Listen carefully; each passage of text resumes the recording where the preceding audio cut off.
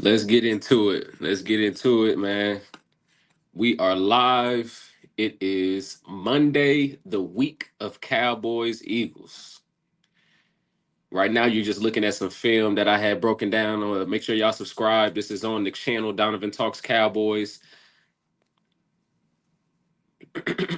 Kenny Clark, we got us a player, and we're going to need him. But this video is not going to be about the defensive line. This video is going to be about the linebackers. So we're going to get into the linebackers as well.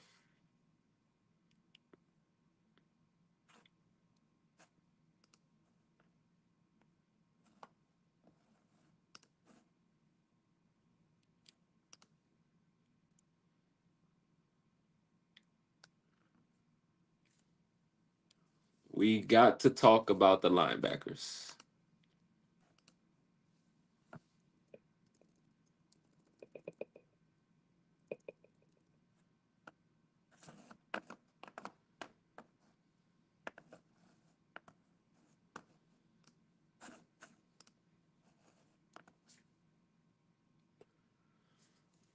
Waiting on some people to join us. We're going to be breaking down some film, specifically the Baltimore Ravens versus the Eagles.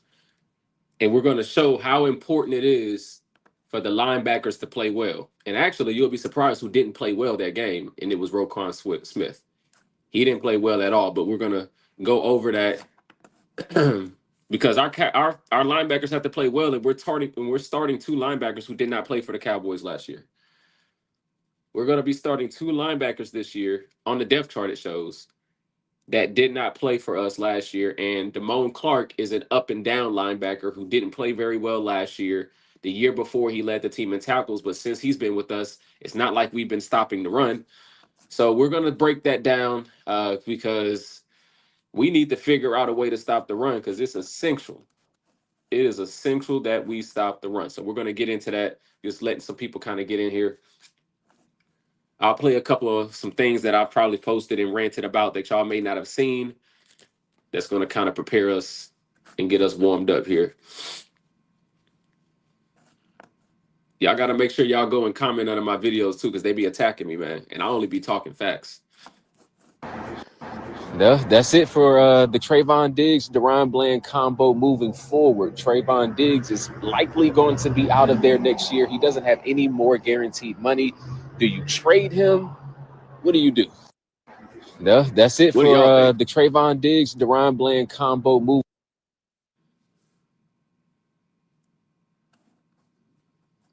Hey, Cowboy fans, stick to the plan. All right, stick to the plan. Here are the last 5 Super Bowl winners and their rankings against the rush versus the Cowboys. 2020, Tampa was number 1. The Cowboys were second to last. 2021, the Rams were number 6. The Cowboys, middle of the pack, number 16. Kansas City, 2022, number 8 ranked defense when it comes to yards per game rushing. Dallas, number 22. Kansas City again, ranked number 12 in 2023. Dallas, number 16. And then last year, Philly, the number 1 ranked defense against the run. Dallas, number 29. Now, the haters don't want us to know these stats. They wanted us to pay Micah. Nah, we know what we need to do. Stick to the plan, Cowboy. We know what we got to do. Cowboy fans. Now, look at the comments, man. Look at the comments, man.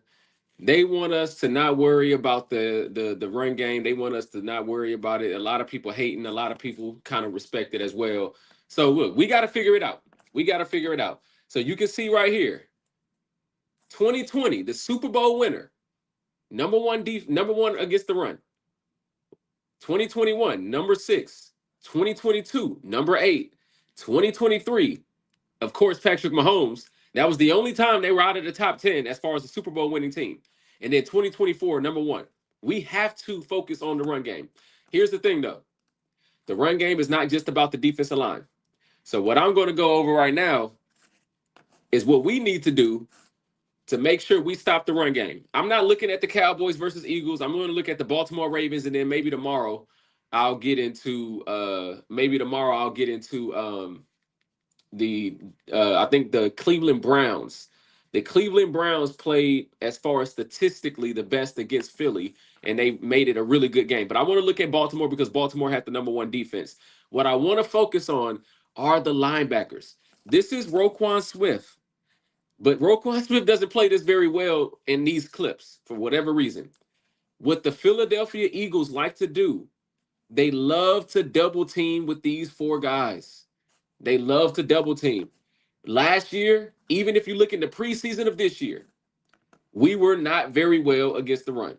It was 6 yards in the backfield. They were, I mean, 6 yards. They were hitting our linebackers with our D line. It wasn't good. So watch how these types of teams do it, but also watch how the linebackers are essential. All right. So you can see here, they're pulling.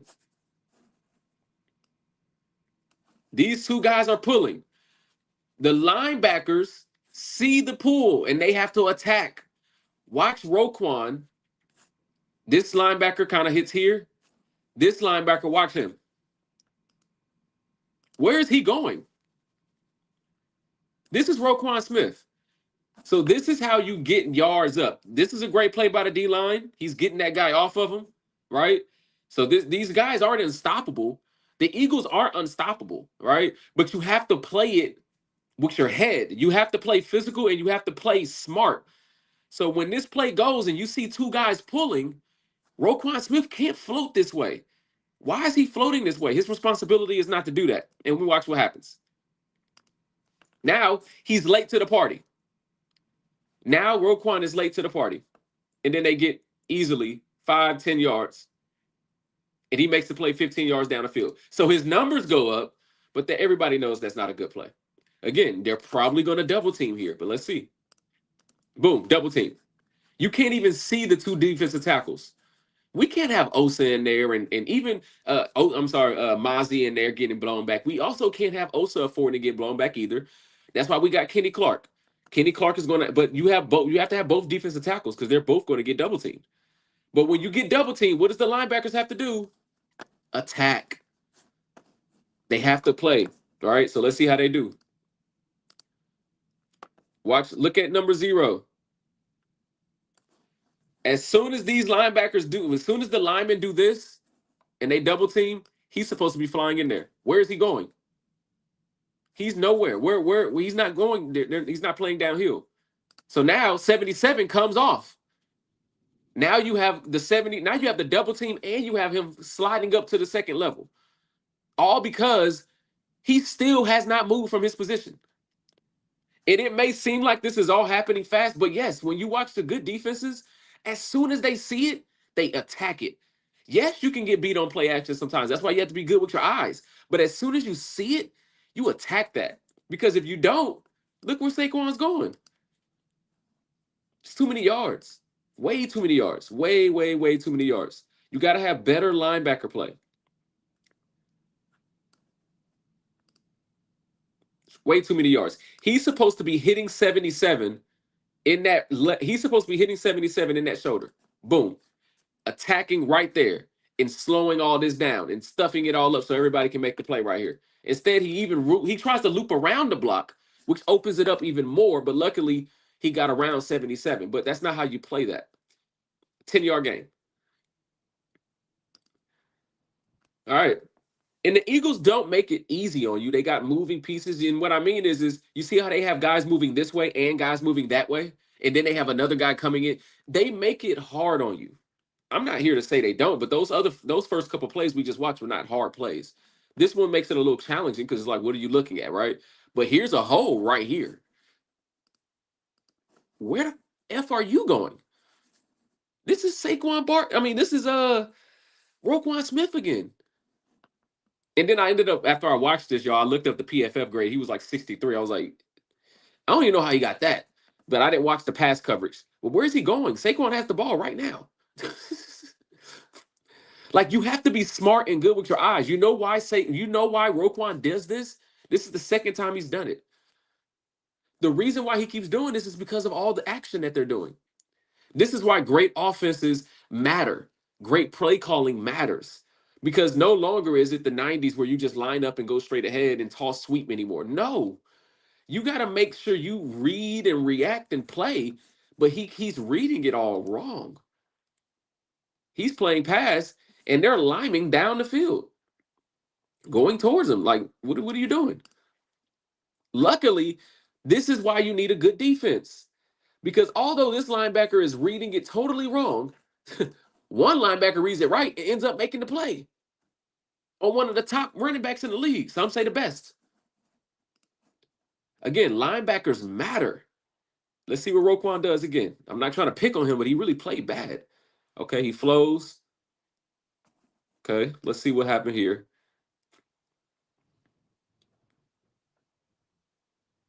Boom, okay. 49, see, look, 49, these linemen are obviously coming towards him. This is what we see. 49 can't run sideways. He has to go and attack that gap. That's his gap. Let's see what he does. Ah, you see what happened? So 95 on the line plays too high. Watch what happened to his gap. He gets blown out the way. And then 49 is taking a horrible angle. He's basically trying to beat Saquon outside, but Saquon is slow playing it. So Saquon is almost reading 49, and he sees the gap right there. And guess what else happens? Again, linebackers matter. Look at number 0. Boom. So yeah, you stop yourself from getting cut, but look what you do with your gap. Now, this linebacker's running too wide. This linebacker's slow, it get cut off. Boom, there's the gap. But good defense, right? That looks like that should have been a great play. But look at number 97. This is why you got to have a team. Everybody's like, pay Micah, pay Micah. Micah is one freaking guy. We need all 11 players to make this thing work. The linebackers play horrible here, but 97 says, still, I'm a guy on this team. I still have to play. He made a play. He was almost getting held there too. It's still too many yards because your linebackers are playing too soft, but at least he makes the play.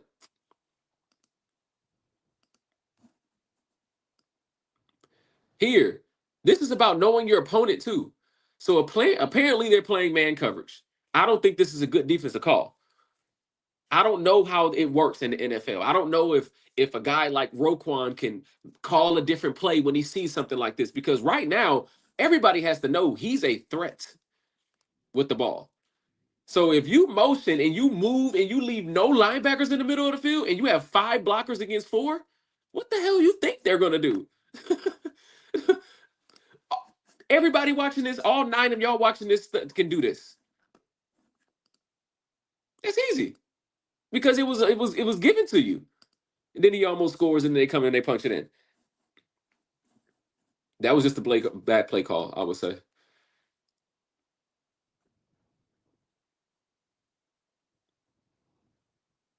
Again, we're watching really the linebackers. That's who we're focusing on because they really have to play well.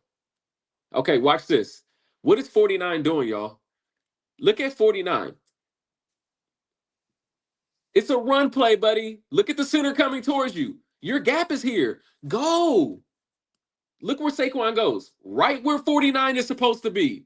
49 doesn't even get touched yet. The lineman's not even going towards him. Maybe he's going to get hit by this guy. This looks like it is in slow motion, but I'm telling you, the good defenses, you have to play fast. You can't wait on the lineman to come hit you. You got to go. Remember Marion Overshown. There were plays where we saw when he's healthy, he's seeing it so quick. That's what you got to do.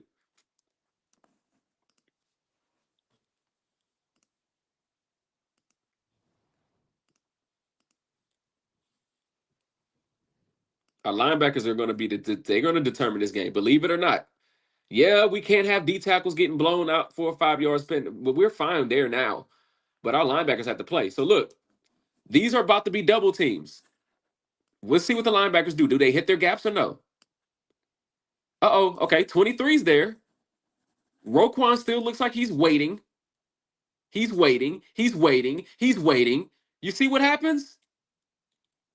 Do you see what happens when you wait on the double team? When they do this, when he's engaged, Roquan is supposed to be flying. Roquan Smith is supposed to be flying through here and making him attack him so this lineman can not be double teamed. The last thing you want to do is for them to be able to double team your lineman and then reach you 5 yards behind. What? But remember what I said, y'all. Team defense. Team defense. Mozzie Smith here, he gets blown back. He can't make that play when he's blown back, right? But this guy is not Mozzie Smith. So look what he does. He still makes the play. Even though you have poor linebacker play on the Ravens right now, on this game, I don't know what happened all the other games. They were the number one ranked defense, by the way. The Ravens were. Number one defense. Yeah.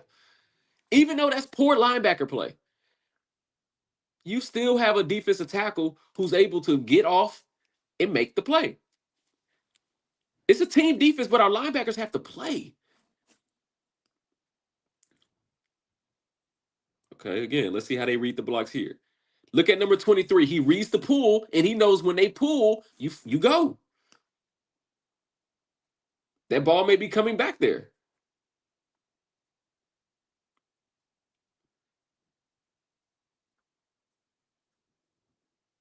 Good by Roquan.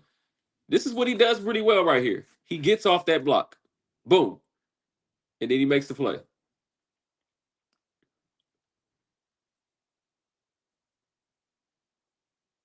Philadelphia's offense is challenging sometimes. It is. Again, when you see pullers, these linebackers got to scrape to the pullers. They got to scrape. Let's see how they do.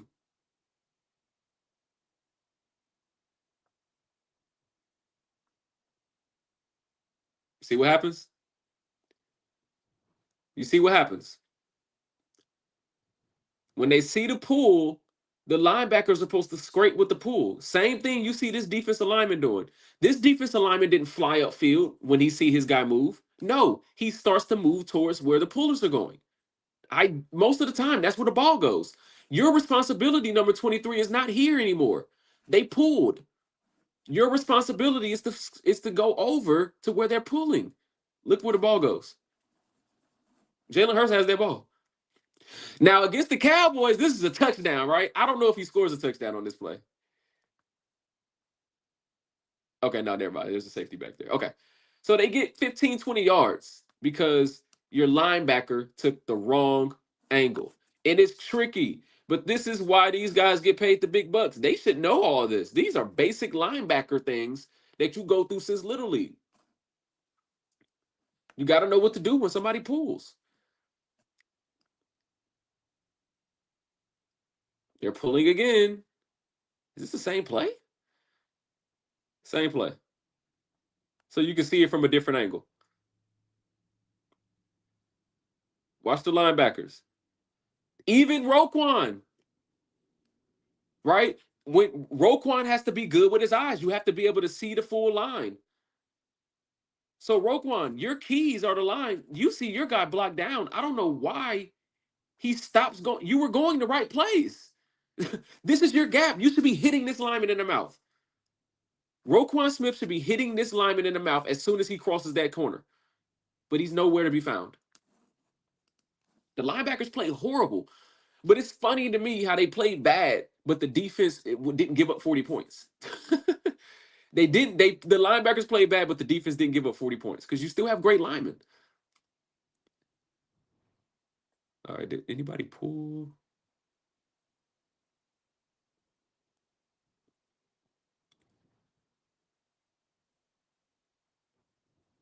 Oh Lordy,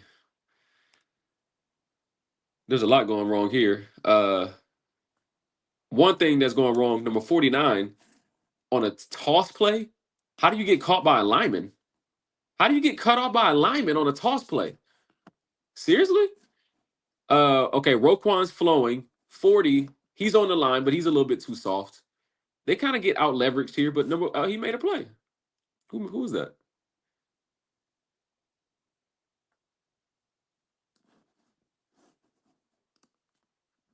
He ends up coming, but they got about 5, 6 yards.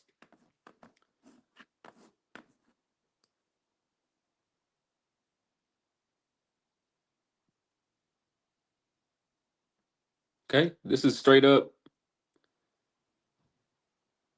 49 is coming. See how 49 is coming upfield? You see how the line, I don't know if this is the second half or not. Notice how number 49 and 0 now are starting to creep up when they see those double team, when they see the run blocks now. Before they were kind of they was kind of standing still. They're creeping up now, creeping up. Boom! That's where you're supposed to be, 49. That's your gap. Just play your freaking responsibility. You're supposed to be right there. That's where the ball goes. Just play your responsibility. That's what the Cowboys have to do. Just play your freaking responsibility. Kenny Clark is not going to be the reason we win this game because they don't allow D linemen to just dominate games. They double team you a lot. But play your freaking responsibility and the whole team will win. Here's another double team. When they double team, is the time for the linebackers to attack. 23, boom. Roquan, boom. That's where they have to go. Boom, boom. Let's see what they do. Roquan is, what are you doing, buddy? What is he hesitating for? Watch Roquan. It's like he starts and then stops and then it's like he's running away from 68. No, bruh. Y'all, look at 68. As soon as he engages with the lineman, he already knows where he's going. He knows he's going to get the linebacker. Same thing with this guy. This is what I love about the Cowboys offense this year is when you watch them in the training camp in preseason, they're trying to do this with Tyler Smith and Tyler Booker, those guards. We're getting back to this. We're about to start double teaming some people and moving some bodies off the ground. And we need to put a fullback in there so we can really start hitting some people. But these linebackers can't be so soft. Now, luckily, it was a bad play by Jalen Hurts and Saquon. As you can see, they kind of do something weird with the handoff. So they start real slow. But the hole was there. The hole was there. But again, it was closing. And why was it closing? Because they got a team. Look at this guy. It was there because of the poor linebackers. But this guy was going to make an effort to make that play. This is what we got to have, a team. It ain't on one or two people. It's not on Micah just to make the plays. Micah's gone. And the reason is we needed more players. We needed more guys. All right. The linebackers are playing shitty during this game right now on Baltimore. But look who's saving the day. There's linemen saving the day. Double team. If you've been watching this stream for the last 20 minutes, you're tired of me pausing and telling the same shit because I'm telling you that's what's happening. These linebackers got to play. They got to go. They got to go. Boom. Boom. Or whatever their gaps is. I think 21's gap may be here, his may be here, his may be here. But you got to play. Because if you don't, these linemen are now on you, and it's the perfect run play for offenses. When you design a run play, you design it just like that. Double team here, work off to the linebackers. The linebackers can negate that by coming upfield. This was a replay from the last one from a different angle, and you can see how important it is that they come upfield. Oh! This is like the last play. He finally does it. He finally does it, Roquan. But look what he does. He sees the pool, right? Remember, y'all, earlier, like 2-3 plays ago, he didn't see the pooler coming, and he started to blah, blah, blah. And they came back. Philadelphia is not stupid. They go to the sideline, and they're looking at all these freaking tablets and shit, and they're looking at the stuff we're looking at right now. That's exactly what they're looking at. And what they saw was Roquan before that. He didn't know what the heck to do with these pullers. He didn't follow them. He didn't see it. Now he sees it and he does what we've been trying to get them to do all game, which is attack. But look what shoulder he attacks, or look how he attacks. He's supposed to have that shoulder free. And look what happens. He hits him head up. Roquan was supposed to hit him here. And now you leave a gap. And you're not going to do, this was the game winner. Missed tackle, and that's it. I'm telling y'all, the Cowboys can win this game. I don't know if they can win the game with the linebackers playing as poorly as the Ravens linebacker. And I know Roquan Smith is the guy that you would say, can we get Roquan Smith? Yeah, let's get him but this game, he played bad. But this film is showing you if you have other players, that doesn't mean we should get blown out. But these little things do matter because you hit that guy on the wrong shoulder, or you hit him head up, this is what happens. Boom. Roquan's supposed to be hitting there. His arm is supposed to be free. He's supposed to be able to make that tackle. All right. So this is going to be key. This is going to be key. If y'all just now joining, you'll be able to rewind this and go back and watch that film study. Now, the Dallas Cowboys starting linebackers for this year, on the depth chart, it says, let me go to the depth chart. The depth chart says Damone Clark, Jack Sanborn, Kenneth Murray. Damone Clark is the only guy Cowboy fans are familiar with because Jack Sanborn was not on this team and Kenneth Murray Jr. were not on this team, and neither one of these were drafted by us. So we have no clue what these dudes can do unless we just go watch the film and look up stats and shit like that. So we now, one thing I did go look up, I didn't look up no film on these guys. I don't really, yeah, we'll see what they do when they're here. Kenneth Murray didn't play at all in the preseason. He was on the Tennessee Titans. The Titans ranked 26th in defense rushing yards per game last year. This is the guy who did not play in the preseason. He had a lot of tackles or a few tackles. He's a veteran. He plays. But damn, he must be a baller because his defense didn't rank that well against the run last year. Now, it's not a one-play thing. It's not a one. I'm just saying, I would have loved for us to say, okay, Kenneth Murray came from the Baltimore Ravens, and maybe he was like a third linebacker or whatever, but they came from a number one ranked defense. We don't need to play Kenneth Murray. He came from a 26th ranked rushing defense. Tennessee was number 2, I believe, in the league on defense. Tennessee was a good defensive team as far as giving up yards, but they weren't that good against the run. Jack Sanborn, Chicago Bears, 28th in defensive rushing yards per game last year. And then we have Damone Clark. These are our 3 starting linebackers. We know Damone Clark because he's been on the team for the last 3-4 years. Sure, he led the team in tackling a couple years ago. He did. But our rushing defense wasn't shit. All right? We already saw what you got to have to be able to win a Super Bowl. 2020, Tampa Bay was number 1 when it came to rushing yards per game given up. We were 31st that year. 2021, the Rams were 6th. 2022, Kansas City was 8th. Kansas City was 12th the next year. Philly was 1st. 2 number 1 defenses when it comes to the run. 2 top 10 defenses. And then there was 1 outsider, and that team still had Patrick Mahomes. The Cowboys are nowhere near that unless you want to count the 16th rank, but we don't have Patrick Mahomes. As much as I love that, that can't overcome what Patrick Mahomes overcomes. So we have to be able to play all-around team defense, not the way we usually been playing it. And Philadelphia is better than the last time Dak. I know I say Dak always beats Philly. Dak didn't play Philly last year. All right? He didn't play Philly last year. So we gotta make sure, Sanborn, you're gonna have to show us something, buddy. You're gonna have to show us something. All right. I don't think he was even a starter on the Bears. And I just said the Bears weren't that great against the run. They weren't that great overall, actually, when it comes to defense. He flashed one play because he only really played one game in the preseason. And he flashed, but it was just one play. It ain't like he all over the field. All right. So I don't know, but it's good that he has some experience. He's 6'2", 234. I guess we don't have those 6'2", 250 guys anymore. I guess those dudes are just not, we don't have those. Kenneth Murray Jr. is a little bit bigger. He's 6'2", 240. Still, I would like you to be 250, 260. You know why? Because that film we just watched with Baltimore against Philly, it's a lot better if you can be a 250 linebacker going in there and blowing up those linemen versus 230. Right? You're going to be a little bit more willing to do it as well. I saw Roquan literally look like he was trying to run away from one guy. We literally just watched that. All right. Roquan Smith. So we got to make sure we come to play. Now, Kenneth Murray again, he was on the Titans. The Titans had a good overall defense when it came up to yards given up, but that run defense was not that great. So we didn't play him at all. That tells me that they must have seen enough on film. They must have seen enough in practice where they believe Kenneth Murray is a guy where you can just, and he was a first round pick. All right.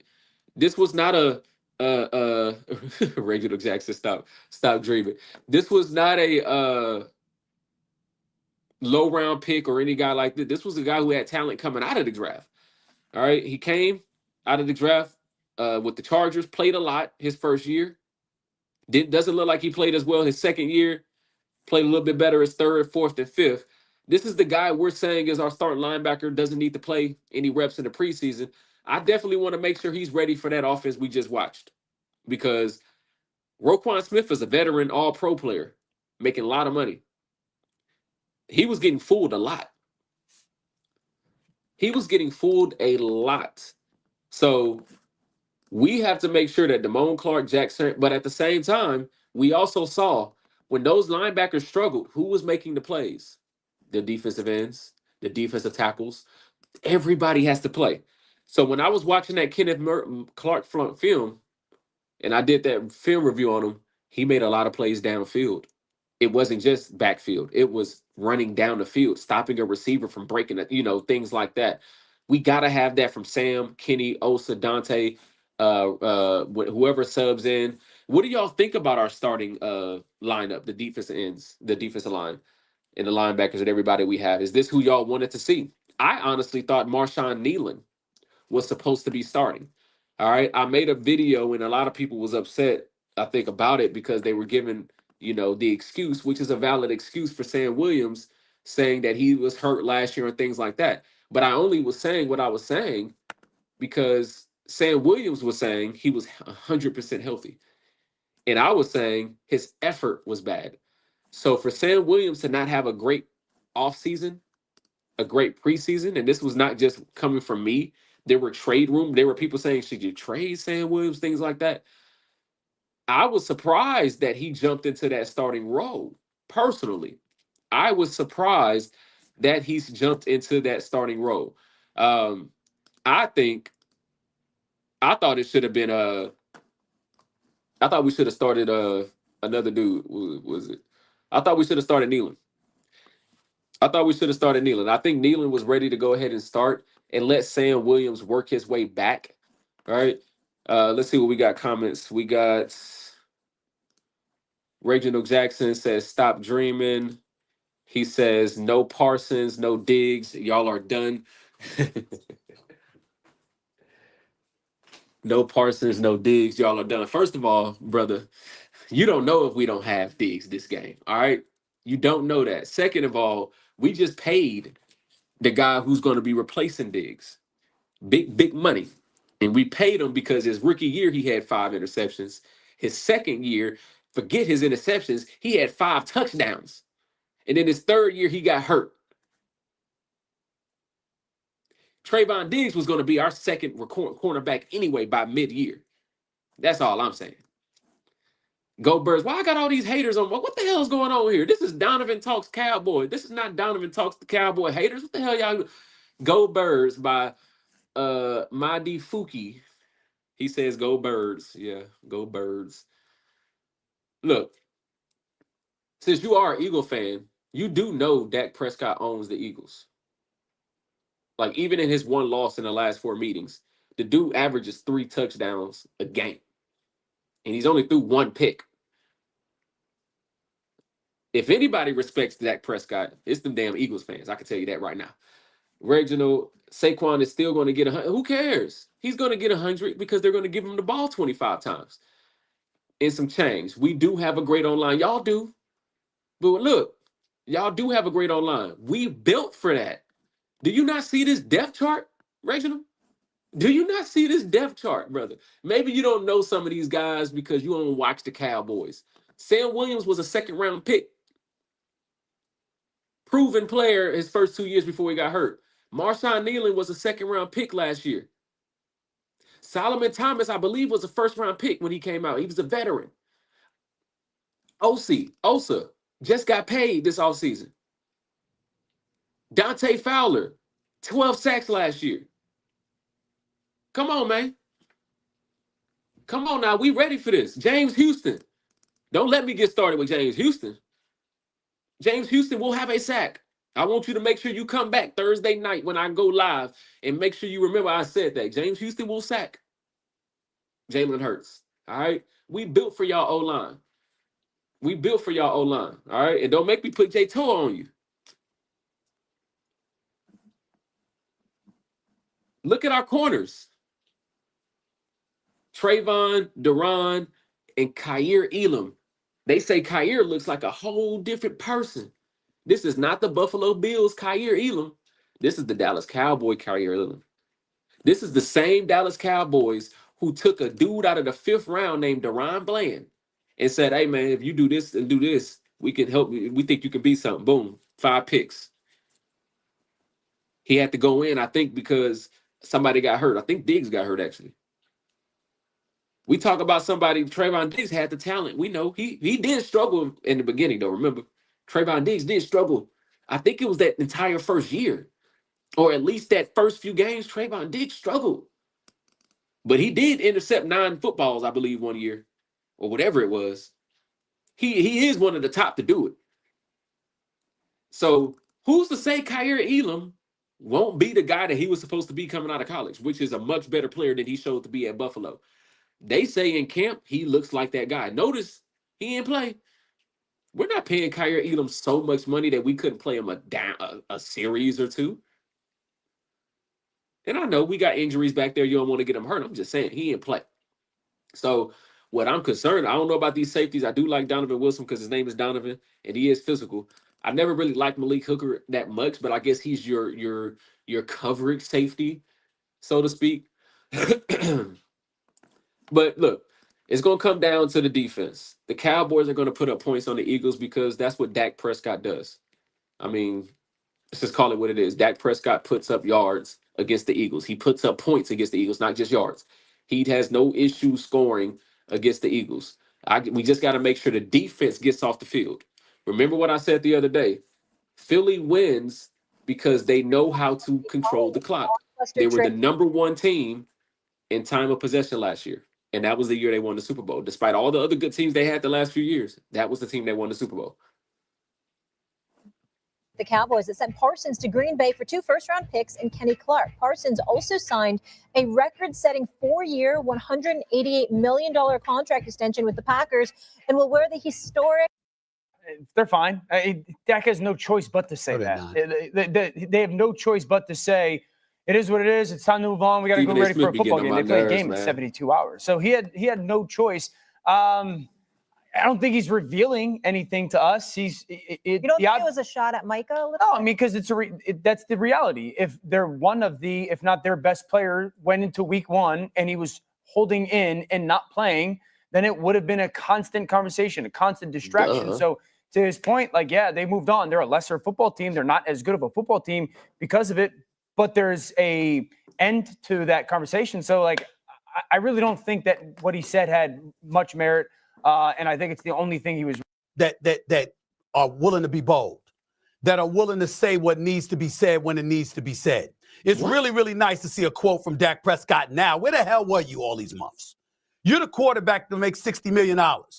You're supposed to be the face of the franchise, even though we all know Micah Parsons was the best player on the squad. You're the quarterback of the Dallas Cowboys. You got your bag.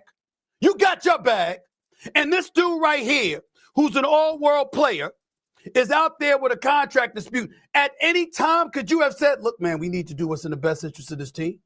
We need to make sure that whatever it is that we're doing is something that's going to work for us, because then we didn't make the playoffs last couple of years. We need to get our ship order, steered in the right direction. We need to get it right. Couldn't have said that? No. Hey, I got an idea. Maybe Dak Prescott didn't believe that shit. I get it. Stephen A. This is what I don't understand about everybody who says we shouldn't have done what we done. Micah's this great, blah, blah, blah. Maybe Dak Prescott didn't believe that signing Micah was going to get us to the championship. Maybe he didn't care enough to say that because he didn't believe it. And maybe he thought it would have been a mistake to pay Micah 42, whatever it was that he was asking. I believe so. I'm not a hypocrite. I watched the games for the last 3-4 years when Micah's been in there. He's a great player, but he's a pass rusher. You don't win Super Bowls with great edge rushers. It's just true. You need more than one. You need a full team. So, I mean, I get what Stephen A's trying to say in a way, but no. But now that he's gone, oh, well, I'm just glad it's resolved. So I don't have to answer questions. Really? So he's supposed to go That's against what you Jerry? do. You see, it's stuff like that that really ticks me off because people don't point this stuff out enough. Now, every conversation ain't meant to be had publicly. And some things are one of the best. He said we lost one of our best players. Beforehand, before this happens, yo, Jerry, this ain't the time for personal stuff, man. This ain't the time. Let's make the best football decision. You can't do this because the brother he told you to call his agent. Come on, Jerry. Come on. So Stephen A. Smith wants Dak Prescott, the millionaire. Stephen A. Smith wants Dak Prescott, the millionaire, to call Jerry Jones, the billionaire, where the Dallas Cowboys is only one of his businesses. I think everybody needs to remember that. Jerry Jones, Dallas Cowboys is just one of his businesses. That's not the only thing he does. He has other things that he's invested in. So Stephen A. wants Dak Prescott to call or to meet with Jerry and say, hey, man, I think it got too personal. We need really? Dak Prescott doesn't need to worry about his damn self. Dak Prescott ain't got no business going to Jerry Jones talking about nobody. Dak Prescott needs to focus on him and what he needs to do. Because that's what quarterbacks do. Especially unproven quarterbacks. Tom Brady with 7 Super Bowls or whatever, sure, he can go to Jerry Jones and say some shit like that. But not Dak. And I love Dak. But that's not Dak's position. That's not his goal. That's not what he needs to be doing. Dak Prescott, and at the end of the day, I don't think he believes it. And because I don't. I don't think paying Micah tears us from the 3rd best team in the division to anything besides just that. We're not going to make a playoff run with him because we missed too many pieces. I get it. Dak's not perfect, but Dak's damn good enough to be able to be better than what we've been. Come on, Jerry. You could do that. There are things that everybody needs to get on Dak. It's just unfair. This is an unfair criticism. Guys. Unfair. Y'all know football. I got it. I defer to y'all. I know business. I know a little something about it. And I'm telling you, there's a way to do things. And it doesn't mean you're going to get everything you want. But what it does mean is that you can finagle your way into a situation where you force the best decision to be made as opposed to the best decision going out the window because of somebody's ego, because of things that we don't even need to bring up. I brought it up 1,000 times in terms of not speaking to his agent, and he told you to call his agent, not him. And from that point forward, you shut down everything and wouldn't allow anybody to talk to him or his agent and stuff like that, getting in the way of productivity for the franchise. I point this out. You can have influence and say, yo, don't do that. I've had plenty of conversations with the bosses where I've said respectfully, hey, the boss, not me, but I go to them and be like, respectfully, hey, guys. Respectfully, I don't want Max Kellerman to work here anymore. That's because you believe that shit.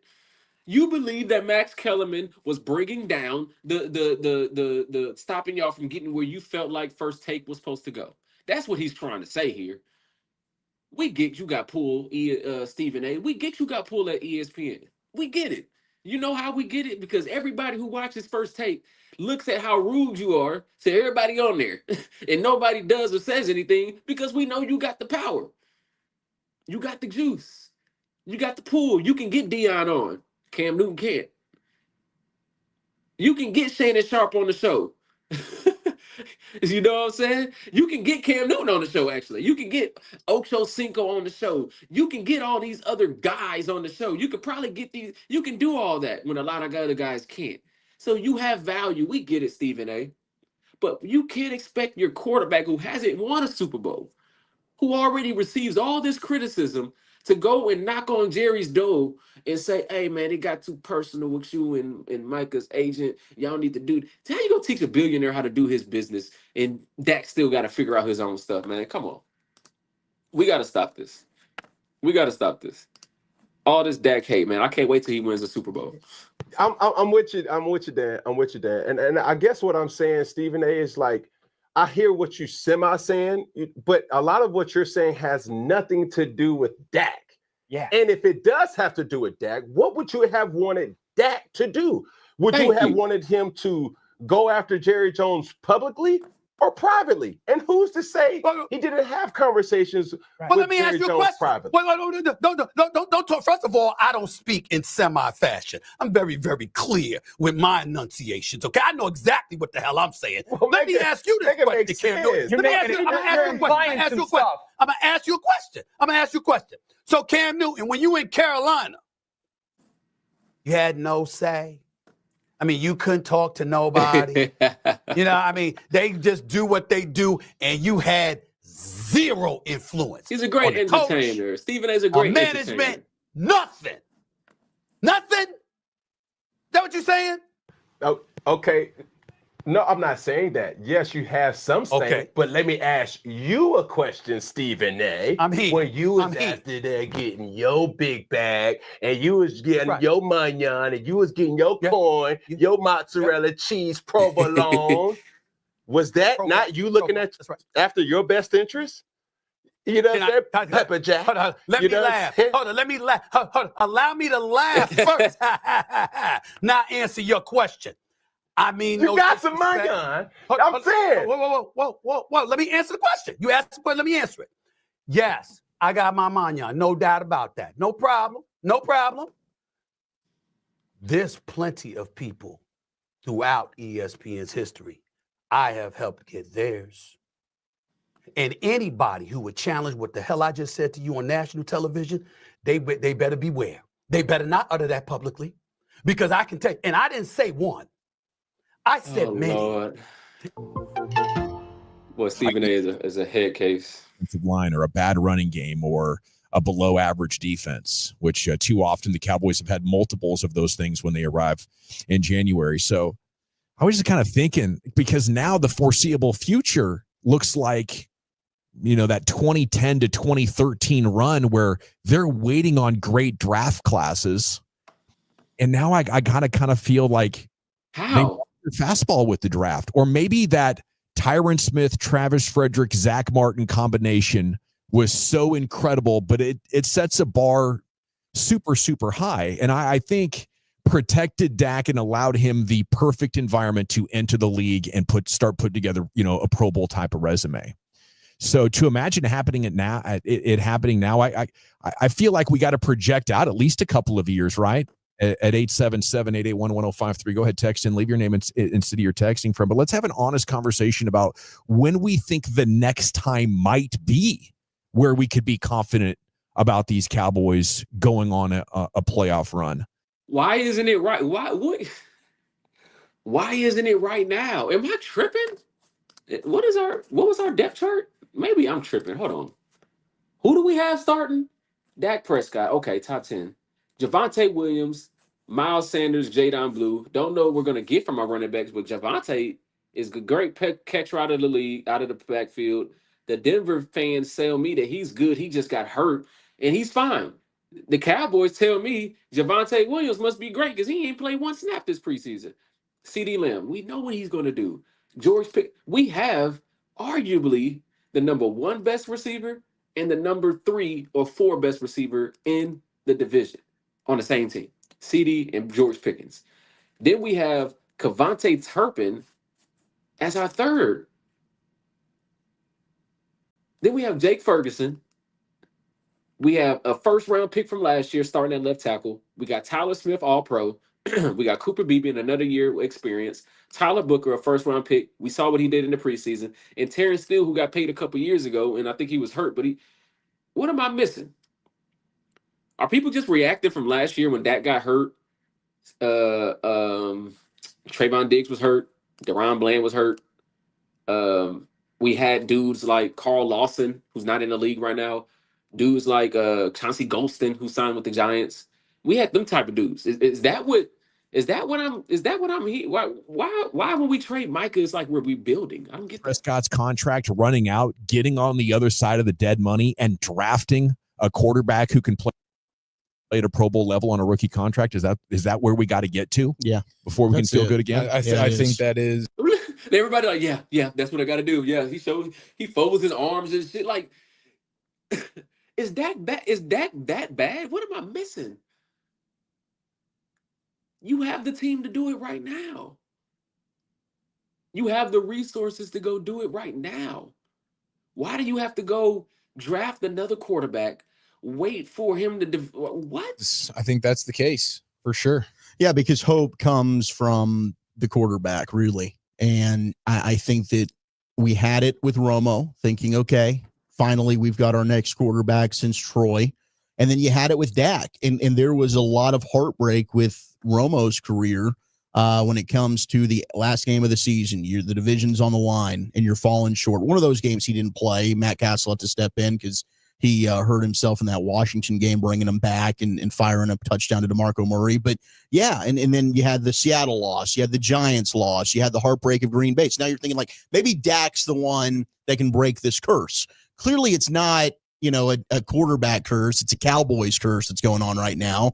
But I think, yes, and it's not Dak's fault. It's for everything you said.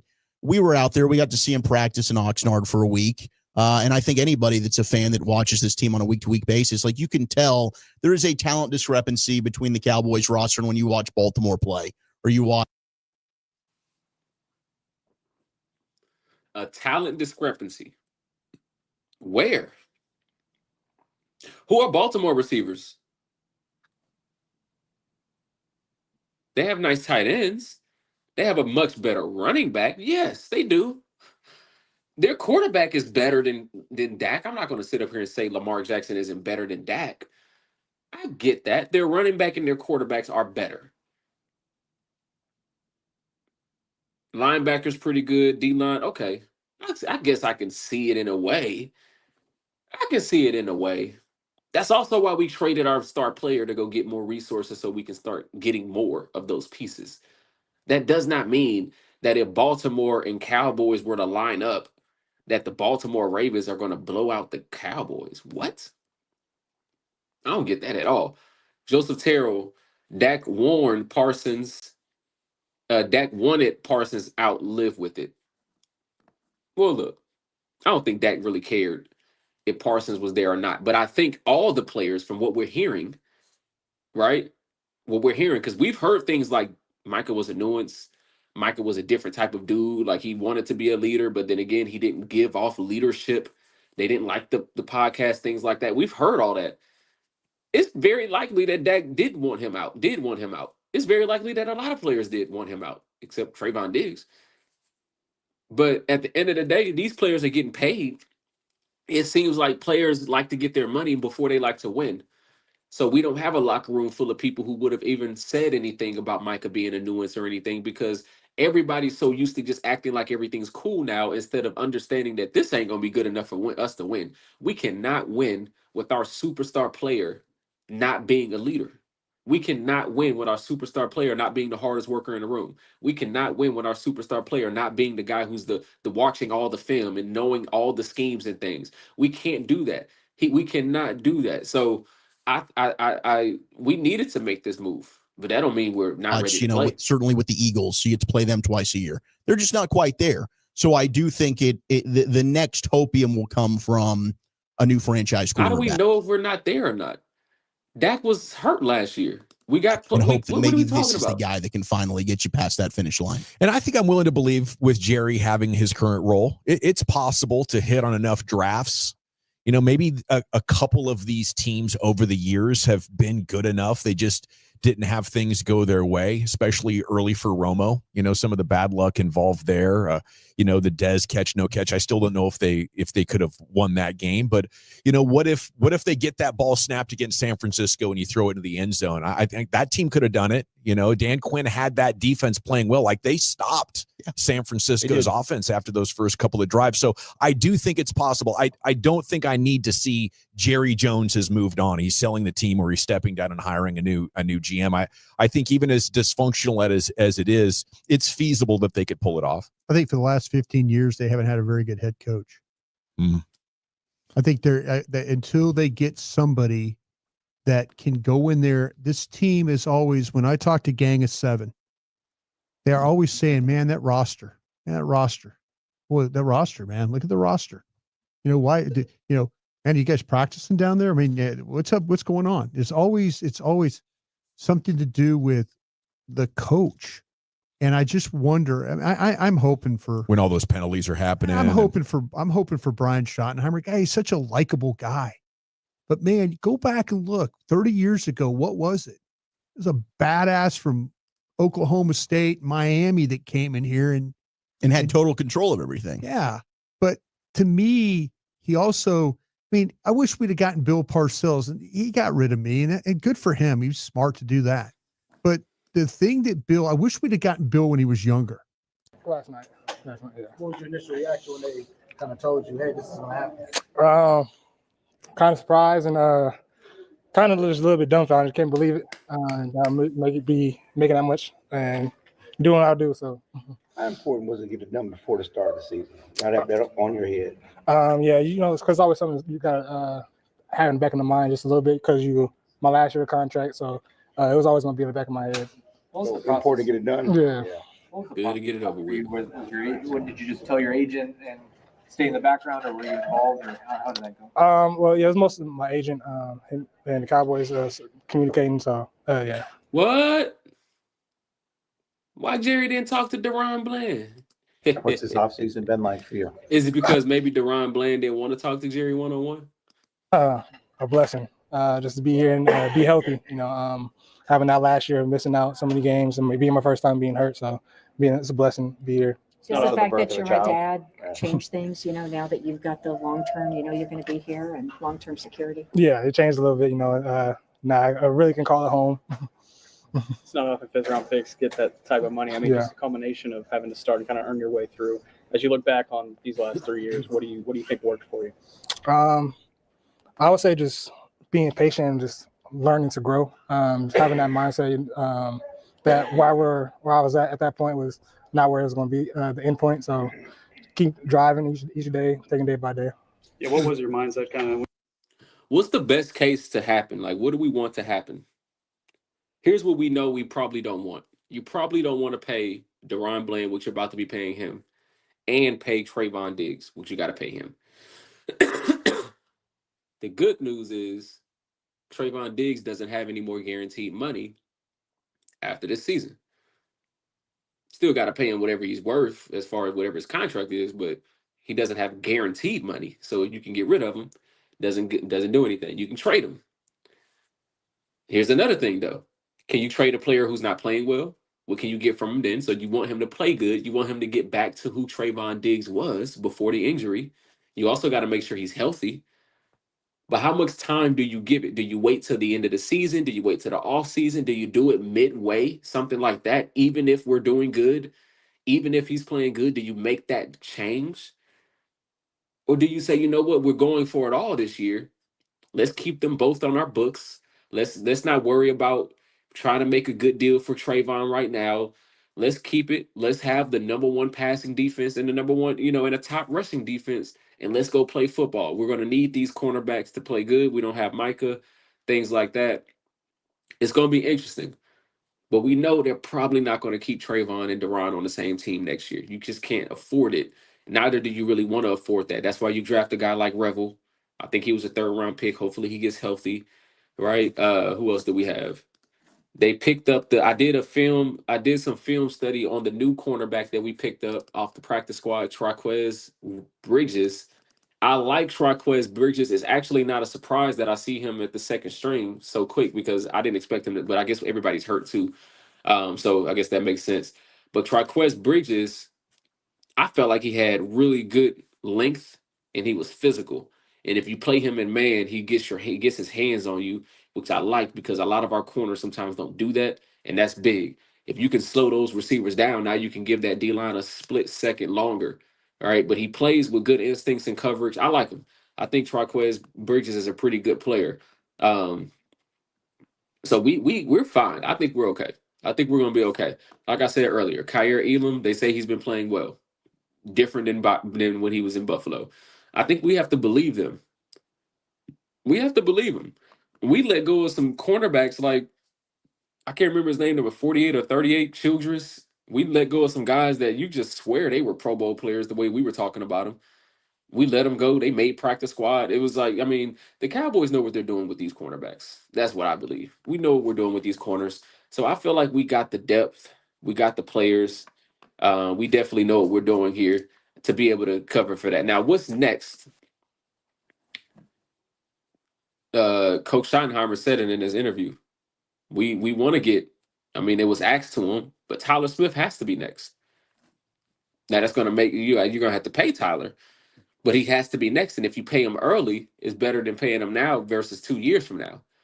So you want to go ahead and get him out the way because he's already been in the league 3 years and he's already proven that he's a pretty damn good player. So Tyler Booker, and you can't have Tyler Booker, your rookie, making more than Tyler Smith. So Tyler Booker, the rookie, is getting paid pretty good money. That tells you where the rookie scale goes when it comes to when you're drafted. So he was drafted this year, and he's already getting more than what was Tyler Smith making when he got drafted in the first round. Tyler Smith is making less than $14 million a year. Tyler Booker is making $8 million more than Tyler Smith. Where does Tyler Smith rank amongst guards? I don't know. I don't look at enough guards to even know. But what do the top guards make is the question. The top 10 guards are making an average of 17 million up to 20 million a year. So anywhere from 20 to 17 million. Right now, Tyler Smith is making $3 million a year. So he's going to go from making $3 million a year to anywhere from 17 to 20. So I'm assuming what the Cowboys want to do, you want to get ahead of this. This contract from Chris Lindstrom started in 2023. Guess what? That was 2 years ago. He's still the highest paid. Value-wise and average. This contract was 2024. This contract was 2025. There's a contract here from Quentin Nelson, 2022, and he was at 80 million. So we know Tyler Smith is getting more than 80 million because this was 2022. This was 68 million, 56. So we know he's getting anywhere from 85 to 100. That's what we're going to say. Now, is Tyler Smith trying to get over Chris Lindstrom? Right? Like, we don't know. We also got to understand the average yearly. It's usually going to go up based on who was signed last. So we see 2025. Guess who got the biggest contract yearly? Average wise, it was Trey Smith. Guaranteed money at signing is always a big thing as well. And I don't know what all these numbers mean. So you got practical guarantees, you got guarantees at signing. This is all the stuff that they be talking about in the contracts. The issue with the Micah contract, there was a 5th year involved versus the not. It was all that crap. So Tyler Smith is going to get paid. The question is he getting this 100 million contract? Is he going to be in the 80s? Is he going to be in the 100 million range? Is his average going to be, in the 15 range, or is it going to be in the 20, or is he going to go for the 24? Because I want to be more than Trey Smith. Is he going to try to get 49 million guaranteed? Or is he going to try to get just above Trey Smith? So I think Trey Smith may be the marker that we're going to be looking at because he got the most practical guarantee, whatever that means. All right. So look, all of this is big. The good thing is if you have Micah Parsons and you sign him, do you really think you can sign Deron Bland and Tyler Smith? Well, these are 2 players we need too. It's not to say that we didn't need Micah, but you can't pay Micah $48 million a year. Micah was not a better player than Tyler Smith as far as he's a better player than Tyler Smith, but as far as complete player, I can't say Micah Parsons was a better complete player than no. Tyler Smith was more consistent. Tyler Smith didn't get broken down. None of that. None of that. It's just not a flashy position. But Tyler Smith deserves to get his money, and we need him to get his money. Just like we need Deron Bland to get his money as well. We got to get ready. We're getting ahead of things. All right. So I think we're good there. I think we're okay there. But I think now we're going to be able to pay him. Some people say I heard people say, do you pay Sam Williams? I say no. I don't want to pay no Sam Williams. I don't want to pay any of these other unproven guys. The only person I'm thinking about paying is Tyler Smith. I would pay the kicker as well. Because I think he deserves his money. But okay, that was it. I think the main thing that I would look back, if you just now joining, we looked at the film of the Baltimore Ravens versus the Philadelphia Eagles. So we can see how Baltimore's number one ranked defense was able to slow down Philly. And we paid attention to the linebackers because we need to understand how our linebackers need to play. And what you're going to see is that the Baltimore Ravens linebackers left a lot of room to be better. Tomorrow, I'm probably going to look at the Cleveland Browns because the Cleveland Browns held the Eagles to like 50 yards rushing or something like that. It was a dominant game. They had like 20, 30 rushes for like 50, 60 yards. So Cleveland, Myles Garrett is on that team, by the way. So we're going to be able to see what does Myles Garrett do to help the run game and not just affect the passer. But that's what we're going to look at. Hit that subscribe button. Make sure you share. And I'll see y'all next time. This is Donovan Talks Cowboys.